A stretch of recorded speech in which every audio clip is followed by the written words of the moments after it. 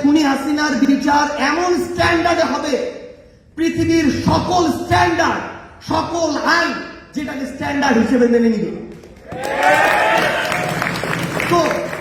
আমরা লোক দেখানোর জন্য খুনি হাসিনার 16 বছরে যেমন করে বাংলাদেশের অনেক আলেম ওলামা থেকে শুরু করে রাজনীতিবিদকে শুধুমাত্র নিজের মনের খায়েশ আর প্রতিহিংসা পূরণের জন্য লোক দেখানো, বিচার বহির্ভূত হত্যাকাণ্ড করে ফাঁসিতে ঝুলিয়েছে এই আইসিটি, এই ক্রাইম ট্রাইব্যুনাল, সেভাবে আপনার আমার মনের খায়েশ পূরণের জন্য শুধু খুনি হাসিনার বিচার করতে চায় না, বরং ওই খুনি হাসিনা যে হাজার হাজার আমার ভাই বোনকে হত্যার নির্দেশদাতা সেটা প্রমাণ করে তার বিচারিক প্রক্রিয়া শেষ করে তাকে ফাঁসিতে ঝুলানো নিশ্চিত করতে চায়। তো আমরা যেন আমাদের জায়গা থেকে ওই সাস্টেইনেবল পরিবর্তনটা ধৈর্য ধরি, ওই অনুযায়ী প্রশ্ন করি, এবং অবশ্যই কেউ যদি এই পথ থেকে বিচ্যুত হয় তাকে সবসময় প্রশ্নবাণে জর্জরিত করি।